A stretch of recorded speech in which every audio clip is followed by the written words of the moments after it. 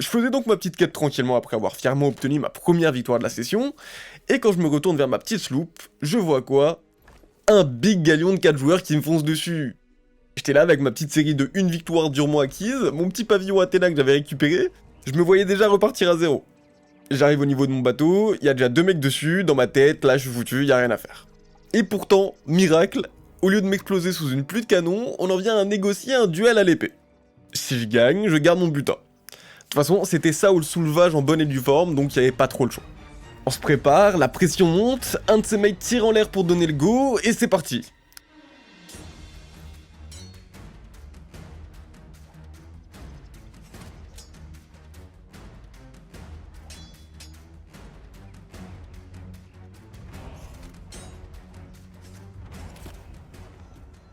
Ils ont tenu leur parole, bien qu'un peu hésitant, je me suis pas posé de questions, j'ai tracé pour revendre mon drapeau que j'avais réellement mérité pour le coup, et ma petite victoire à revendre.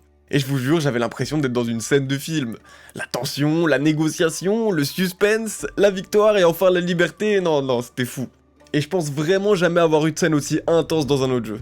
Et pourtant, pour moi, c'est censé être ça le cœur d'un bon MMO. Créer des moments puissants entre joueurs, rivaux ou alliés, chacun avec ses objectifs, ses envies.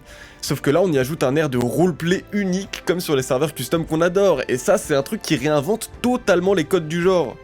Alors maintenant, soyons honnêtes, le gros point noir dans cette histoire, cette chose que Sea of Thieves n'a pas ou très peu, c'est la progression.